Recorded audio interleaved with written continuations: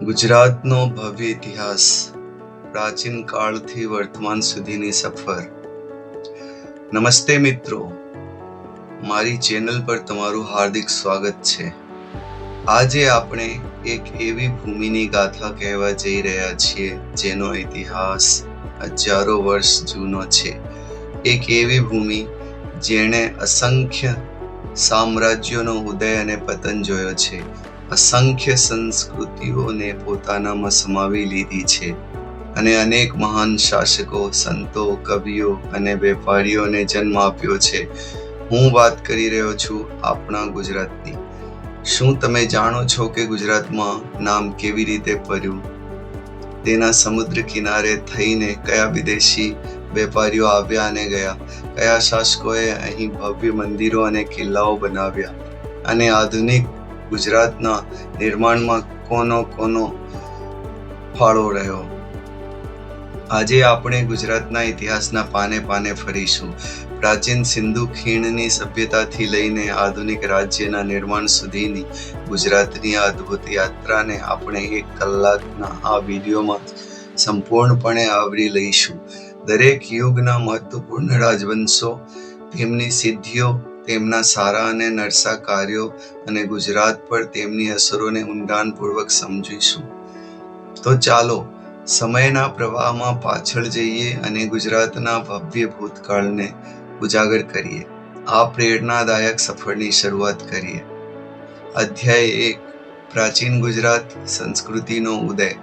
ગુજરાતનો ઇતિહાસ હજારો વર્ષ જૂનો છે, જે સિંધુ ખીણની સભ્યતા સાથે જોડાયેલો છે. 1. સિંધુ ખીણની સભ્યતા. આશરે ઈસવીસન પૂર્વે 2500 થી 1900. ગુજરાતનો ફાળો. ગુજરાતમાં લોથલ, ધોળાવીરા અને રંગપુર જેવા મહત્વના સિંધુ ખીણ સભ્યતાના સ્થળો મળ્યા છે. લોથલ એક પ્રાચીન બંદરગાહ અને વ્યાપારી કેન્દ્ર હતું, જ્યાંથી મેસોપોટેમિયા સાથે વેપાર થતો હતો. અહીંના ગોદી ડોકયાર્ડ વિશ્વના સૌથી જૂના જહાજવાડાઓમાંનો એક છે. ધોળાવીરા એક સુઆયોજિત નગર હતું, જે તેના જળ વ્યવસ્થાપન પ્રણાલી અને 3 સ્તરીય બાંધકામ માટે જાણીતું છે. UNESCO world heritage site. મહત્વ. આ સ્થળો દર્શાવે છે કે ગુજરાત હજારો વર્ષો પહેલા પણ સમૃદ્ધ વ્યાપારી અને શહેરી કેન્દ્ર હતું. 2. મૌર્ય સામ્રાજ્ય. ઈસવીસન પૂર્વે 322-185. ચંદ્રગુપ્ત મૌર્યે ગુજરાતને પોતાના સામ્રાજ્યમાં ભેળવી દીધું. મહત્વપૂર્ણ શાસકો. ચંદ્રગુપ્ત મૌર્ય સૌરાષ્ટ્રમાં સુદર્શન તળાવનું નિર્માણ કરાવ્યું, જે ગુજરાતની સિંચાઈ વ્યવસ્થાનું પ્રારંભિક ઉદાહરણ છે. અશોક મૌર્ય ગિરનાર પર્વત પર તેના શિલાલેખો કોતરાવ્યા, જે ધર્મ અને શાંતિના સંદેશા આપે છે. આ શિલાલેખો ગુજરાતમાં મૌર્ય શાસનની પુષ્ટિ કરે છે. સારા કાર્યો. મૌર્યોએ સુશાસન સ્થાપિત કર્યું, વેપાર અને કૃષિને પ્રોત્સાહન આપ્યું. 3. અનુમૌર્ય કાળ. શૃંગ, શકો, સાતવાહન. મૌર્યોના પતન પછી ગુજરાત પર વિવિધ શક્તિઓએ શાસન કર્યું. શક ક્ષત્રપો વેસ્ટર્ન આશરે ઈસવીસન 35 થી 405 સુધી શાસન કર્યું. રુદ્રદામા પ્રથમ સૌથી પ્રતાપી રાજા. તેણે સુદર્શન તળાવનું સમારકામ કરાવ્યું અને તેના જૂનાગઢ શિલાલેખ સંસ્કૃત ભાષાનો પ્રથમ લાંબો શિલાલેખ છે. મહત્વ. શક ક્ષત્રપોના સમયમાં સંસ્કૃત ભાષા અને કલાનો વિકાસ થયો. 4. ગુપ્ત સામ્રાજ્ય. આશરે ઈસવીસન 320 થી 550. ચંદ્રગુપ્ત વિક્રમાદિત્યના સમયમાં ગુજરાત ગુપ્ત સામ્રાજ્યનો ભાગ બન્યું. મહત્વ. ગુપ્ત કાળને ભારતના સુવર્ણ યુગ તરીકે ઓળખવામાં આવે છે. આ સમયગાળામાં કલા, વિજ્ઞાન અને સાહિત્યનો વ્યાપક વિકાસ થયો. સારા કાર્યો. સુશાસન, ધાર્મિક સહિષ્ણુતા. 5. મૈત્રક વંશ. આશરે ઈસવીસન 470 થી 778. રાજધાની વલ્લભી, વર્તમાન ભાવનગર નજીક. વલ્લભી એક મહત્વનું શિક્ષણ અને બૌદ્ધ ધર્મનું કેન્દ્ર બન્યું. મહત્વ: ગુજરાતને એક સ્થિર અને સમૃદ્ધ રાજ્ય બનાવ્યું.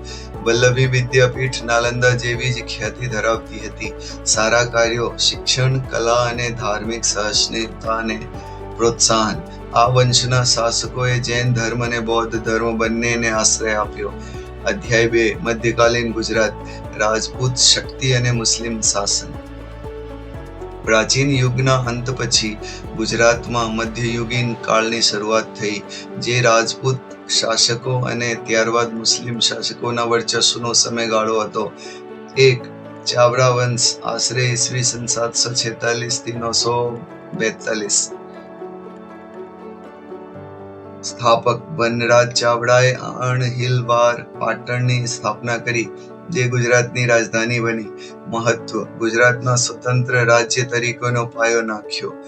2. સોલંકી વંશ, ચાલુક્ય વંશ, આશરે ઈસવીસન 945 થી 1244.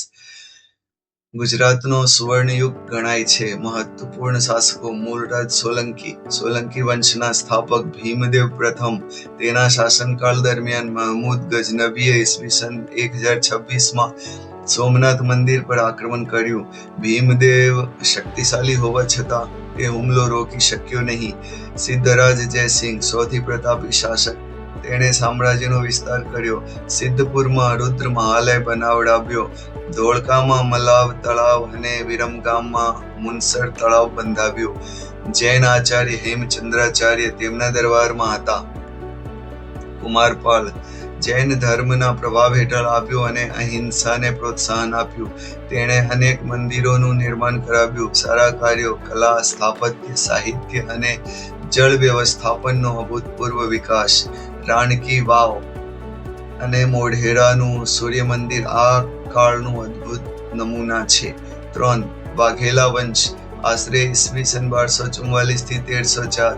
સોલંકી વંશના સામંતો હતા, જેમણે તેમનું સ્થાન લીધું. મહત્વપૂર્ણ શાસક: કર્ણદેવ વાઘેલા, કર્ણદેવ બીજો, ગુજરાતનો છેલ્લો હિન્દુ રાજવી. પતન: ઈસવીસન 1304માં દિલ્હી સલ્તનતના સુલતાન અલાઉદ્દીન ખિલજીના સેનાપતિઓ ઉલુગ ખાન અને નુસરત ખાને ગુજરાત પર આક્રમણ કર્યું અને કર્ણદેવ વાઘેલાને હરાવ્યો. આ સાથે ગુજરાતમાં રાજપૂત શાસનનો અંત આવ્યો અને મુસ્લિમ શાસનની શરૂઆત થઈ. નરસા કાર્યો: આંતરિક કલહ અને અલાઉદ્દીન ખિલજીના આક્રમણ સામે નબળી સંરક્ષણ નીતિ. 4. દિલ્હી સલ્તનત હેઠળ ગુજરાત, ઈસવીસન 1304 થી 407. ગુજરાત દિલ્હી સલ્તનતનો એક પ્રાંત બન્યું અને સુબા દ્વારા શાસન થતું. મહત્વપૂર્ણ ઇસ્લામિક સ્થાપત્ય અને સંસ્કૃતિનો પ્રભાવ શરૂ થયો. 5. ગુજરાત સલ્તનત, ઈસવીસન 1407 થી 1573. દિલ્હી સલ્તનત નબળી પડતા ગુજરાતના સુબા જફર ખાને મુઝફ્ફર શાહ પ્રથમ સ્વતંત્ર ગુજરાત સલ્તનતની સ્થાપના કરી. મહત્વપૂર્ણ શાસકો: અહમદ શાહ પ્રથમ, ઈસવીસન 1411 થી 1442. સ્થાપક: ઈસવીસન 1411માં સાબરમતી નદીના કિનારે અમદાવાદ શહેરની સ્થાપના કરી. તેણે રાજધાની પાટણથી અમદાવાદ ખસેડી. સારા કાર્યો: ન્યાયપ્રિય શાસક, મજબૂત શાસન પ્રણાલી સ્થાપિત કરી. અમદાવાદમાં જામા મસ્જિદ જેવી ઇમારતોનું નિર્માણ કરાવ્યું. મહમૂદ બેગડો, ઈસવીસન 1458 થી 1511, પ્રતાપી શાસક. તેણે ચાંપાનેર અને જૂનાગઢ ગિરનારના કિલ્લાઓ જીતીને 2 ગઢ જીત્યા હોવાથી બેગડો કહેવાયો. સારા કાર્યો: સામ્રાજ્યનો વ્યાપક વિસ્તાર કર્યો. વેપાર અને ઉદ્યોગને પ્રોત્સાહન આપ્યું. પોર્ટુગીઝો સામે લડાઈઓ કરી. મિષ્ઠાન અને લાંબી મૂછો માટે પ્રખ્યાત. નરસા કાર્યો: કેટલીક વાર ધાર્મિક અસહિષ્ણુતા જોવા મળી. અધ્યાય 3: મુગલ શાસન અને મરાઠા પ્રભાવ. ગુજરાત સલ્તનતના પતન પછી મુગલોનું શાસન આવ્યું અને ત્યારબાદ મરાઠાઓનો પ્રભાવ વધ્યો. 1. મુગલ સામ્રાજ્ય હેઠળ ગુજરાત, ઈસવીસન 1573 થી 1757. અકબરનો વિજય. ઈસવીસન 1573માં સમ્રાટ અકબરે ગુજરાત પર વિજય મેળવીને તેને મુગલ સામ્રાજ્યનો એક પ્રાંત બનાવ્યો. મહત્વ: મુગલોના શાસન હેઠળ ગુજરાત એક સમૃદ્ધ વ્યાપારી કેન્દ્ર તરીકે વિકસ્યું. ખાસ કરીને સુરત એક મહત્વનું બંદર બન્યું. અસરો: મુગલ કલા, સ્થાપત્ય અને વહીવટી પ્રણાલીનો ગુજરાત પર પ્રભાવ પડ્યો. અમદાવાદમાં શાહીબાગ પેલેસ, સરખેજ રોજા જેવા સ્થાપત્યો આ કાળના છે. નરસાકાર્યો: ઔરંગઝેબના શાસનકાળ દરમિયાન ધાર્મિક કટ્ટરતા અને કેટલાક મંદિરોનો વિનાશ જોવા મળ્યો. 2. મરાઠા પ્રભાવ: ઈસવીસન 1757 થી 1818 મુગલ સામ્રાજ્ય નબળું પડતા મરાઠાઓએ ગુજરાતમાં પોતાનો પ્રભાવ વધાર્યો. વડોદરાના ગાયકવાડ મરાઠા સરદાર પિલાજીરાવ ગાયકવાડે વડોદરામાં ગાયકવાડ વંશની સ્થાપના કરી. મહત્વ: મરાઠાઓએ ગુજરાતના મોટા ભાગના વિસ્તારો પર નિયંત્રણ મેળવ્યું. વડોદરા ગાયકવાડોની રાજધાની બન્યું. સારા કાર્યો: કેટલાક મરાઠા શાસકોએ કલા અને સ્થાપત્યને પ્રોત્સાહન આપ્યું, જેમ કે લક્ષ્મીવિલાસ પેલેસનું બાંધકામ પાછળથી થયું. નરસાકાર્યો: મરાઠા શાસન દરમિયાન વારંવારના યુદ્ધો અને લૂંટફાટને કારણે ગુજરાતની આર્થિક સ્થિતિને નુકસાન થયું. અધ્યાય 4: બ્રિટિશ શાસન અને સ્વતંત્રતા સંગ્રામ. મુગલો અને મરાઠાઓના સંઘર્ષનો ફાયદો ઉઠાવીને બ્રિટિશરોએ ભારતમાં અને ખાસ કરીને ગુજરાતમાં પગપેસારો કર્યો. 1. બ્રિટિશ ઈસ્ટ ઇન્ડિયા કંપનીનું આગમન. ઈસવીસન 1613માં સુરતમાં પ્રથમ અંગ્રેજ વેપારી કોઠી સ્થાપિત થઈ. ધીમે ધીમે વેપારી પ્રવૃત્તિઓ રાજકીય નિયંત્રણમાં પરિણમી. મહત્વ: બ્રિટિશરોએ ગુજરાતના વેપારી માર્ગો અને બંદરો પર નિયંત્રણ મેળવ્યું. 2.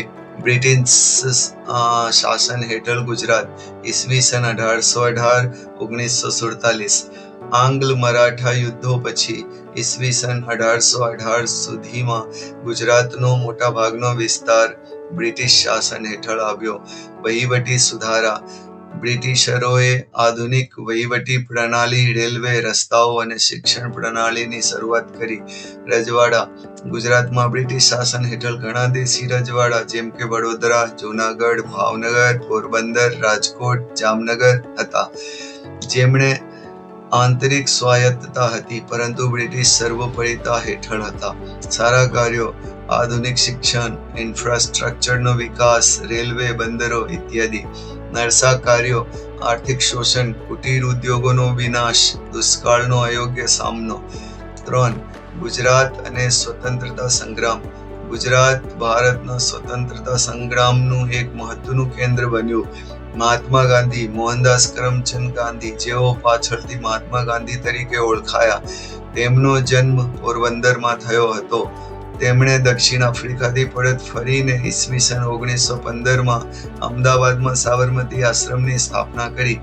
અસહકાર આંદોલન, સવિનય કાનૂન ભંગ, દાંડી સત્યાગ્રહ, મીઠાનો સત્યાગ્રહ, ઈસવીસન 1930. આ બધા આંદોલનો ગુજરાતમાંથી શરૂ થયા. દાંડી કૂચ એ ભારતીય સ્વતંત્રતા સંગ્રામનો એક ઐતિહાસિક અને પ્રેરણાદાયક અધ્યાય છે. સરદાર વલ્લભભાઈ પટેલ ગાંધીજીના અગ્રણી અનુયાયી અને ભારતના લોહ પુરુષ તરીકે જાણીતા. બારડોલી સત્યાગ્રહ ઈસવીસન 1928નું સફળ નેતૃત્વ કર્યું. સ્વતંત્રતા પછી 562 દેશી રજવાડાઓને ભારતીય સંઘમાં ભેળવવામાં તેમનો ફાળો અમૂલ્ય હતો. અન્ય સ્વાતંત્ર્ય સેનાનીઓ: ઇન્દુલાલ યાજ્ઞિક, મહાદેવ દેસાઈ, કસ્તુરબા ગાંધી, મોહનલાલ પંડ્યા, જેને ડુંગળી ચોર કહેવાય છે, જેવા અનેક ગુજરાતીઓએ સ્વતંત્રતા સંગ્રામમાં મહત્વનો ફાળો આપ્યો. અધ્યાય 5: આધુનિક ગુજરાતનું નિર્માણ અને વિકાસ. ઈસવીસન 1947માં ભારતને સ્વતંત્રતા મળ્યા પછી ગુજરાત મુંબઈ રાજ્યનો ભાગ બન્યું, પરંતુ ભાષાના આધારે અલગ રાજ્યની માંગ જોર પકડી રહી હતી. એક ગુજરાત રાજ્યની સ્થાપના ઈસવીસન 1960. મહાગુજરાત આંદોલન. ભાષાકીય ધોરણે અલગ ગુજરાતી રાજ્ય માટે ઇન્દુલાલ યાજ્ઞિકના નેતૃત્વમાં મહાગુજરાત આંદોલન ચાલ્યું. સ્થાપના. આ આંદોલનના પરિણામે 1 મે 1960ના રોજ ભાષાકીય ધોરણે મુંબઈ રાજ્યનું વિભાજન કરીને ગુજરાત અને મહારાષ્ટ્ર એમ 2 અલગ રાજ્યોની સ્થાપના થઈ. અમદાવાદ પ્રથમ રાજધાની બન્યું. ત્યારબાદ ગાંધીનગર ગુજરાતની નવી રાજધાની તરીકે વિકસાવવામાં આવ્યું. પ્રથમ મુખ્યમંત્રી ડોક્ટર જીવરાજ મહેતા બન્યા. 2. આધુનિક ગુજરાતનો વિકાસ, આર્થિક વિકાસ. ગુજરાત ઔદ્યોગિક અને આર્થિક વિકાસમાં અગ્રેસર રહ્યું છે. Textile, petrochemical, pharmaceutical, automobile, gems and jewellery જેવા ઉદ્યોગોએ ગુજરાતને દેશના વિકાસમાં મહત્વનો ફાળો આપ્યો છે. કૃષિ વિકાસ, શ્વેત ક્રાંતિ, દૂધ ઉત્પાદન અને કૃષિમાં આધુનિક ટેકનોલોજીના ઉપયોગથી ગુજરાત કૃષિ ક્ષેત્રે પણ આગળ વધ્યું છે. અમૂલ જેવી સહકારી મંડળીઓ તેનું ઉત્તમ ઉદાહરણ છે. જલ વ્યવસ્થાપન, સરદાર સરોવર નર્મદા બંધ ગુજરાતની જીવાદોરી છે, જે સિંચાઈ અને પીવાના પાણીની સુવિધા પૂરી પાડે છે. ઇન્ફ્રાસ્ટ્રક્ચર, રસ્તાઓ, બંદરો, કંડલા અને મુન્દ્રા, એરપોર્ટ્સ અને ઔદ્યોગિક ઝોનનો વ્યાપક વિકાસ થયો છે. શિક્ષણ અને આરોગ્ય, શિક્ષણ સંસ્થાઓ અને આરોગ્ય સુવિધાઓમાં પણ નોંધપાત્ર સુધારાઓ થયા છે. સાંસ્કૃતિક અને પર્યટન, ગુજરાત તેના સમૃદ્ધ સાંસ્કૃતિક વારસા, તહેવારો, નવરાત્રી અને પર્યટન સ્થળો, Somnath, Dwarka, statue of unity, Gir અભયારણ્ય માટે વિશ્વભરમાં જાણીતું બન્યું છે. આંતરરાષ્ટ્રીય સ્તર, વાઇબ્રન્ટ ગુજરાત સમિટ જેવી ઘટનાઓ દ્વારા ગુજરાત આંતરરાષ્ટ્રીય રોકાણકારોને આકર્ષે છે, જે વૈશ્વિક સ્તરે તેની ઓળખ સ્થાપિત કરે છે. આધુનિકીકરણ, metro rail, smart city projects જેવા આધુનિકીકરણના પ્રયાસો પણ ચાલી રહ્યા છે. તો મિત્રો, આ હતી ગુજરાતના ભવ્ય ઇતિહાસની એક વિસ્તૃત ઝલક. સિંધુ ખીણની પ્રાચીન સભ્યતાથી લઈને મૌર્ય, ગુપ્ત, મૈત્રક, સોલંકી સલ્તનત, મુગલ, મરાઠા અને બ્રિટિશ શાસન સુધી અને અંતે એક સ્વતંત્ર વિકસિત રાજ્ય તરીકેના ગુજરાતના નિર્માણ સુધીની આ યાત્રા ખરેખર પ્રેરણાદાયક છે. ગુજરાત એ માત્ર એક ભૌગોલિક સ્થાન નથી, પરંતુ તે સંસ્કૃતિ, વેપાર, ત્યાગ, શૌર્ય અને પ્રગતિનો એક જીવંત પ્રતીક છે. અહીંના લોકોએ દરેક પડકારનો સામનો કર્યો છે અને પોતાના મહેનત અને બુદ્ધિથી હંમેશા આગળ વધ્યા છે. આપણે જોયું કે કેવી રીતે ભૂતકાળની ઘટનાઓ અને શાસકોના કાર્યોએ વર્તમાન ગુજરાતને આકાર આપ્યો છે. ભલે કેટલાક યુગોમાં મુશ્કેલીઓ આવી હોય, પરંતુ ગુજરાત હંમેશા પોતાની લચીલાપણું અને પ્રગતિશીલ વિચારસરણી સાથે ઊભું રહ્યું છે. મને આશા છે કે આ વિડીયો તમને ગુજરાતના ઇતિહાસને ઊંડાણપૂર્વક સમજવામાં મદદપૂર્ણ રૂપ થયો હશે. આપણી આવનારી પેઢીઓ માટે આ ઇતિહાસને જીવંત રાખવો અને તેમાંથી પ્રેરણા લેવી ખૂબ જ જરૂરી છે. જો તમને આ વિડીયો પસંદ આવ્યો હોય અને તમને લાગ્યું હોય કે આ માહિતી ઉપયોગી છે, તો કૃપા કરીને તેને લાઈક કરવાનું ન ભૂલશો. તમારા મિત્રો અને પરિવાર સાથે શેર કરો, જેથી તેઓ પણ ગુજરાતના આ અદ્ભુત ઇતિહાસ વિશે જાણી શકે. અને હા, ભવિષ્યમાં આવા વધુ જ્ઞાનવર્ધક વિડીયો જોવા માટે મારી ચેનલને સબસ્ક્રાઇબ કરવાનું બિલકુલ ન ભૂલશો. તમારા મનમાં ગુજરાતના ઇતિહાસ વિશે કોઈ પ્રશ્ન હોય અથવા તમે કોઈ ચોક્કસ યુગ વિશે વધુ જાણવા માંગતા હો, તો કૃપા કરીને કોમેન્ટ બોક્સમાં જણાવો. તમારા પ્રતિભાવો વાંચીને મને આનંદ થશે. ફરી મળીશું એક નવા વિડીયો સાથે. ત્યાં સુધી ઇતિહાસ જાણતા રહો અને પ્રેરિત થતા